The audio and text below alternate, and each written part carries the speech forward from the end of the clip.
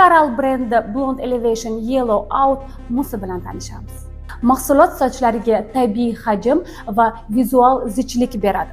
Kimyoviy ishlovlardan keyin sochning elastikligi yo'qolgani tufayli bu sochlarga tabiiy elastikligini qaytaradi.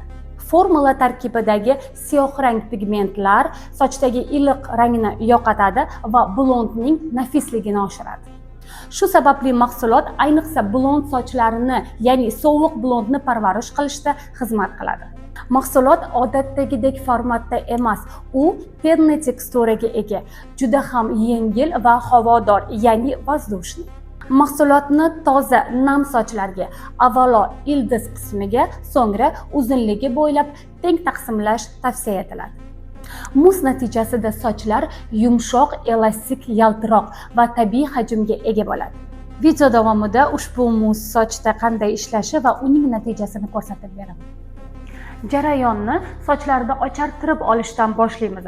Men test predzlardan foydalanaman. Ochartirish jarayoni uchun Yellow Out'ning poroshogidan foydalanaman.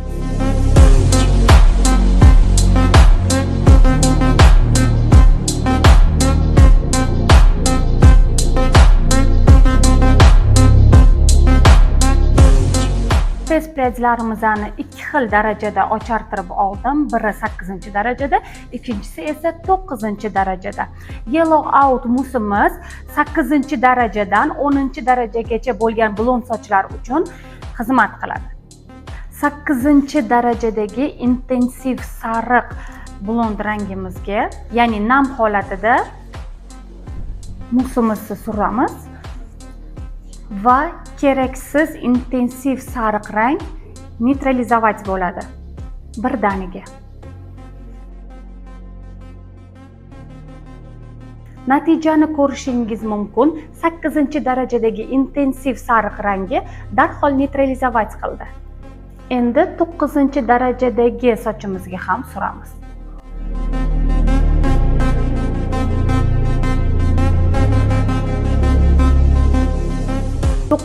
Darajadagi sochimizni esa sovuq blond holatiga darhol keltirdi.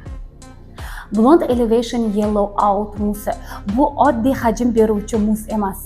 Bu blond sochlar parvarishini birlashtiradigan innovatsion mahsulotdir.